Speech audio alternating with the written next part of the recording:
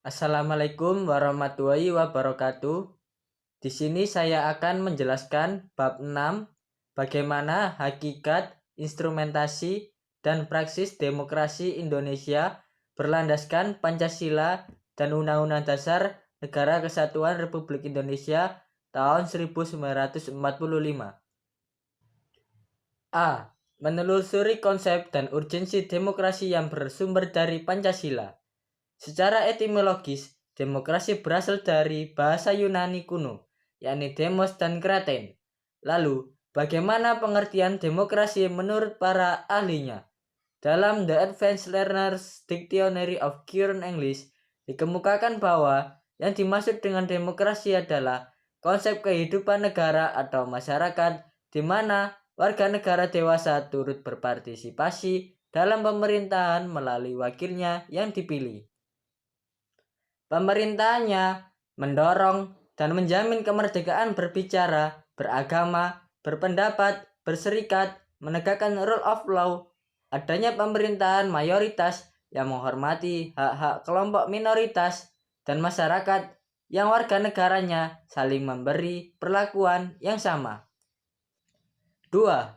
3 tradisi pemikiran politik demokrasi secara konseptual seperti dikemukakan oleh Carlos Alberto Torres tahun 1998.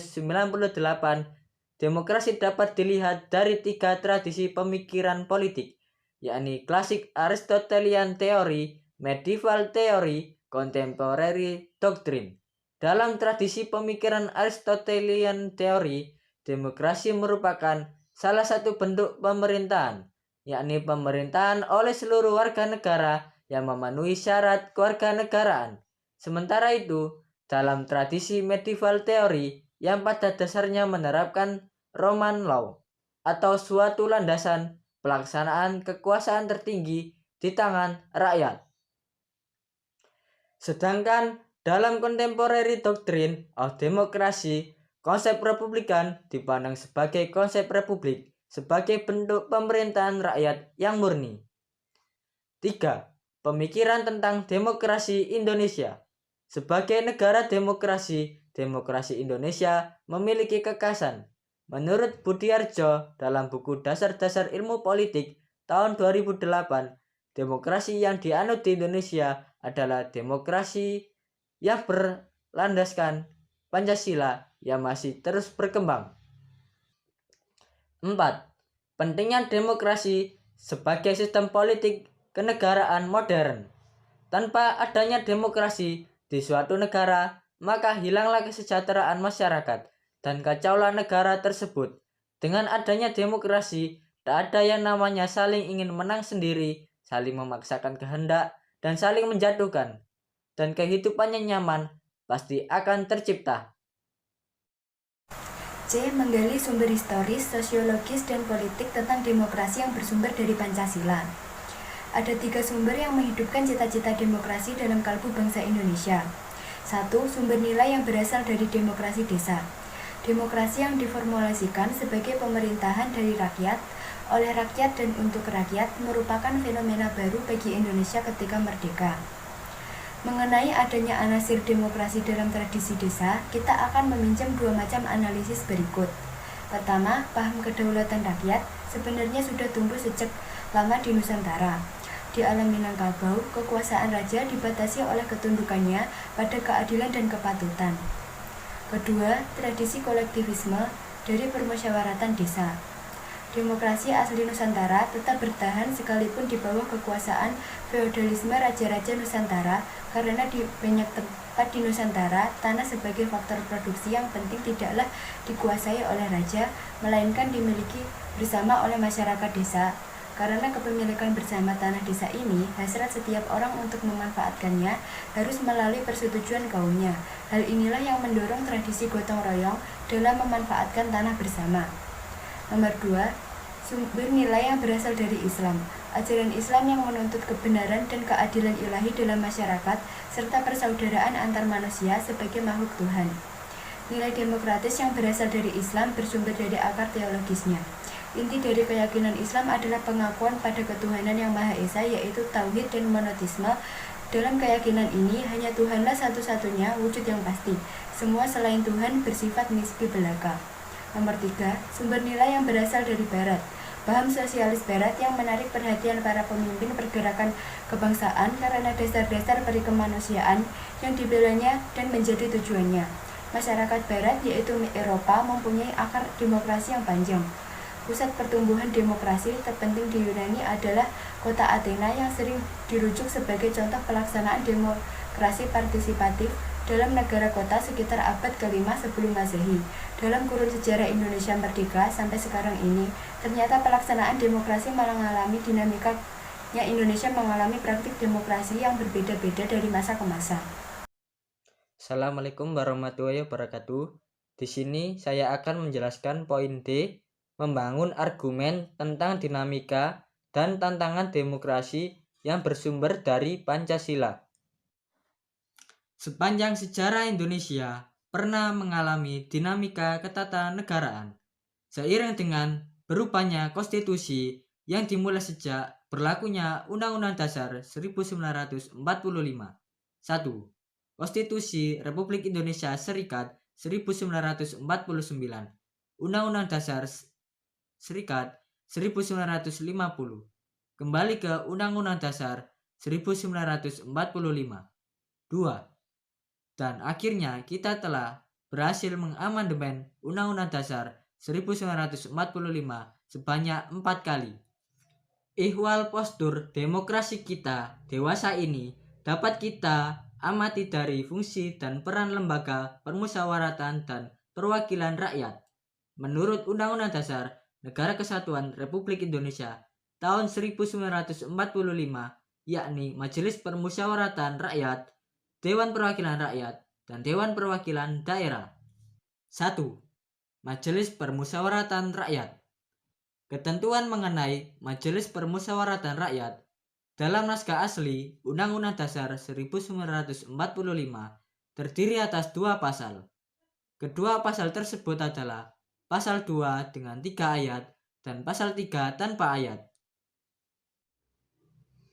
Pasal 2. 1. Majelis Permusyawaratan Rakyat terdiri atas anggota-anggota Dewan Perwakilan Rakyat, ditambah dengan utusan-utusan dari daerah-daerah dan golongan-golongan, menurut aturan yang ditetapkan dengan undang-undang. 2.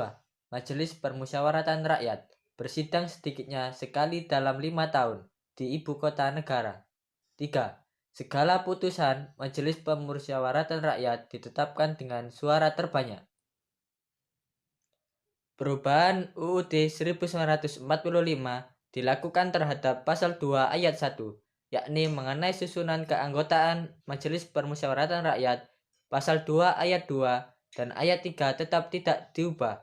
Adapun Pasal 3 diubah dari tanpa ayat menjadi Pasal 3 dengan 3 ayat. Rumusan perubahannya adalah sebagai berikut. Pasal 2. 1. Majelis Permusyawaratan Rakyat terdiri atas anggota DPR dan anggota Dewan Perwakilan Daerah yang dipilih melalui pemilihan umum dan diatur lebih lanjut dengan undang-undang. Dalam kaitannya dengan pemilihan presiden dan wakil presiden secara langsung, timbul kewenangan baru bagi Majelis Permusyawaratan Rakyat, yakni melantik presiden dan wakil presiden. Pasal 3 Ayat 2 Undang-Undang Dasar 1945. Kewenangan lain yang muncul berdasarkan ketentuan Pasal 3 Ayat 3 Undang-Undang Dasar 1945 adalah Majelis Permusyawaratan Rakyat berwenang memberhentikan presiden atau wakil presiden dalam masa jabatannya menurut Undang-Undang Dasar.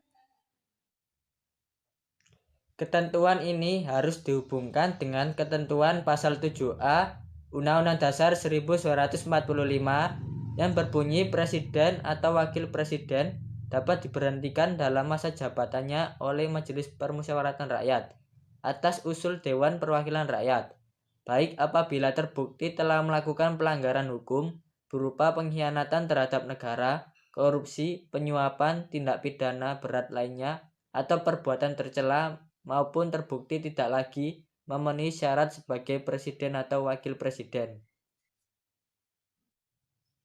2. Dewan Perwakilan Rakyat.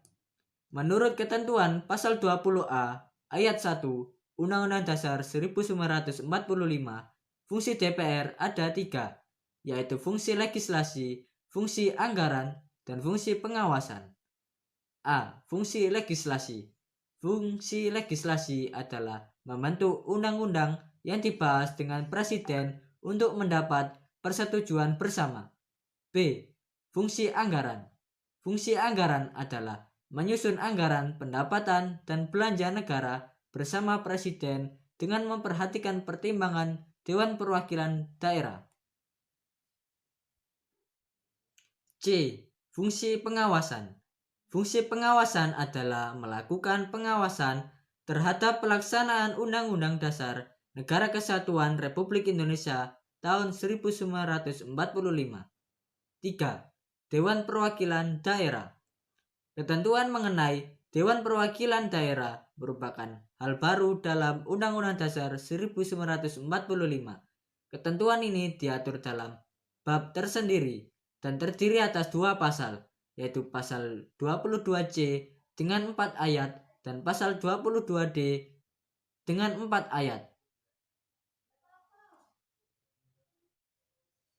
Sistem perwakilan di Indonesia merupakan sistem yang khas, sebab di samping terdapat DPR sebagai lembaga perwakilan berdasarkan aspirasi rakyat, juga ada Dewan Perwakilan Daerah sebagai lembaga penampung aspirasi daerah. Demikianlah dinamika yang terjadi dengan lembaga permusyawaratan dan perwakilan di negara kita, yang secara langsung mempengaruhi kehidupan demokrasi. Dinamika ini tentu saja kita harapkan akan mendatangkan kemaslahatan kepada semakin sehat dan dinamisnya demokrasi Pancasila yang tengah melakukan konsolidasi menuju demokrasi yang matang atau natural demokrasi.